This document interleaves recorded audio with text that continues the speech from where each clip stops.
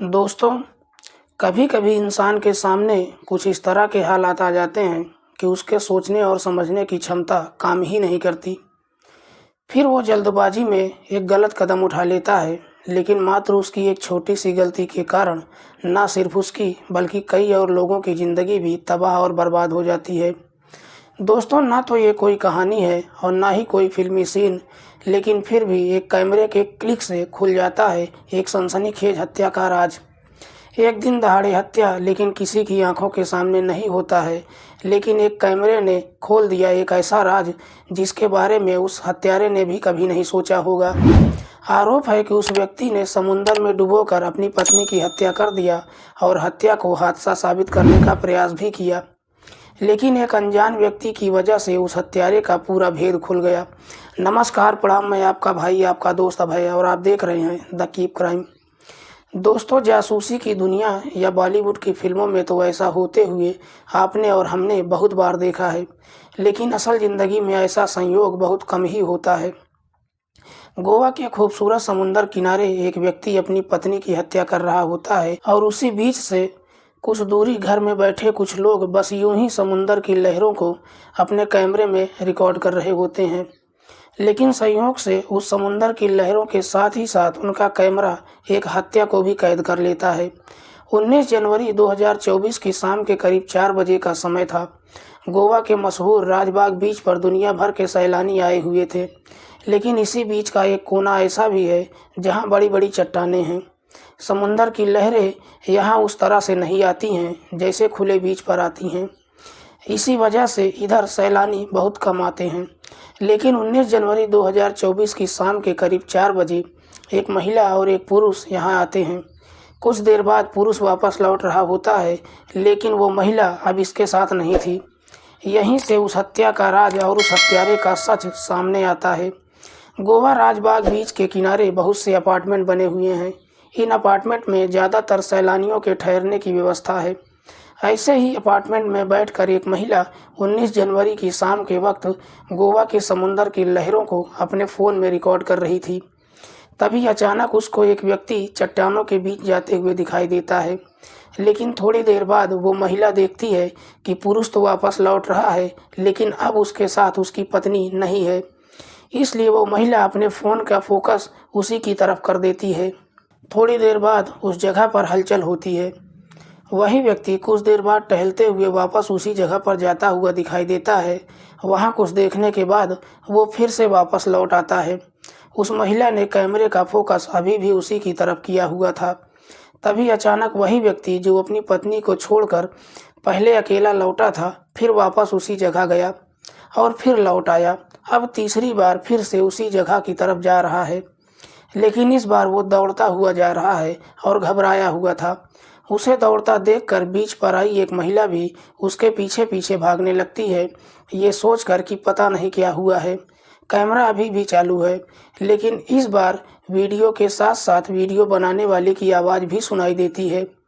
Video बनाने वाली महिला उसे देखकर ज़ोर ज़ोर से चीखने लगती है कि इसी ने मारा है, इससे दूर हो जाओ, ये व्यक्ति नाटक कर रहा है। लेकिन उस व्यक्ति के पीछे भाग रही उस महिला के कानों तक इसकी आवाज़ नहीं सुनाई दे रही थी। आगे दौड़ रहा वो व्यक्ति अचानक से समुंदर किनारे एक बड़ी सी चट्टान के पास रुक जाता है। नीचे झुककर कोई चीज़ वहाँ से घसीटता हुआ नजर आता है। ये कुछ और नहीं बल्कि उसी महिला की लाश है जो थोड़ी देर पहले उस व्यक्ति के साथ उधर गई थी। बस इतना ही समझ लीजिए दोस्तों कि अगर बीच से लगभग 100 मीटर की दूरी पर एक अपार्टमेंट के बीच की बालकनी से ये महिला संयोग से वीडियो न बना रही होती तो कहानी कुछ और ही होती।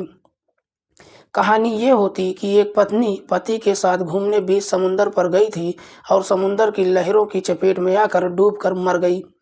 लेकिन ये सिर्फ संयोग ही था कि एक महिला कैमरे में ये सब रिकॉर्ड कर रही थी और कत्ल की गुत्थी को गुत्थी बनने से पहले ही सुलझा दिया। इस कहानी का किरदार गौरव कटियार, जो कि लखनऊ का रहने वाला है और जो लगभग 7 सालों से गोवा के एक बड़े 5 star hotel Marriott international hotel का मैनेजर है। लखनऊ की ही रहने वाली लगभग 27 साल की दीक्षा गंगवार से 2022 में गौरव कटियार की शादी हुई थी। दोनों की शादी अरेंज मैरिज थी। शादी के बाद दीक्षा गंगवार भी गौरव कटियार के साथ गोवा में ही रहने लगती है, लेकिन शादी के कुछ महीनों बाद ही पति पत्नी के बीच में लड़ाई झगड़ा शुरू हो जाता है। 19 जनवरी 2024 को पूरी प्लानिंग के तहत गौरव कटियार अपनी पत्नी दीक्षा गंगवार को घुमाने के बहाने अपने साथ समुंदर के किनारे ले आया था, क्योंकि वो इस समुंदर के बीच से अच्छी तरह से वाकिफ था, क्योंकि उसको पहले से ही पता था कि समुंदर के किनारे एक ऐसी जगह भी है जहाँ बड़े बड़े पत्थर और चट्टान हैं। वहाँ समुंदर की लहरें आमतौर पर बहुत कम आती हैं, इसलिए सैलानी वहाँ नहीं जाते हैं। आमतौर पर एकदम उस जगह पर सन्नाटा रहता है।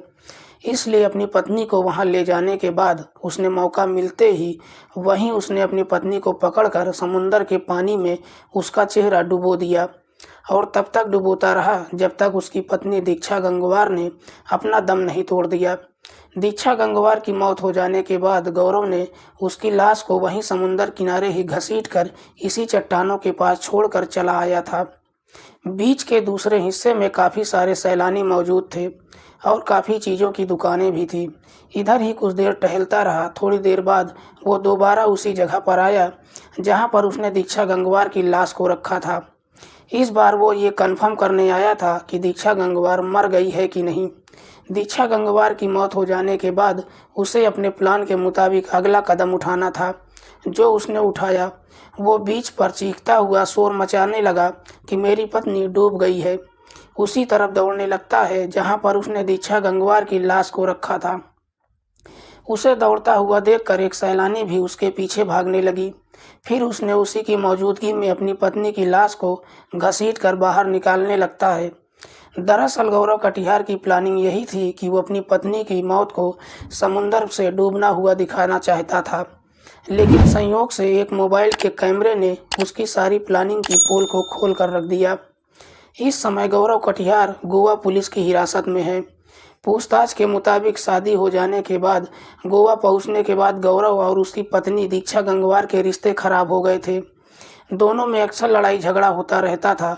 दीक्षा को शक था कि गौरव का किसी दूसरी महिला के साथ अवैध संबंध है।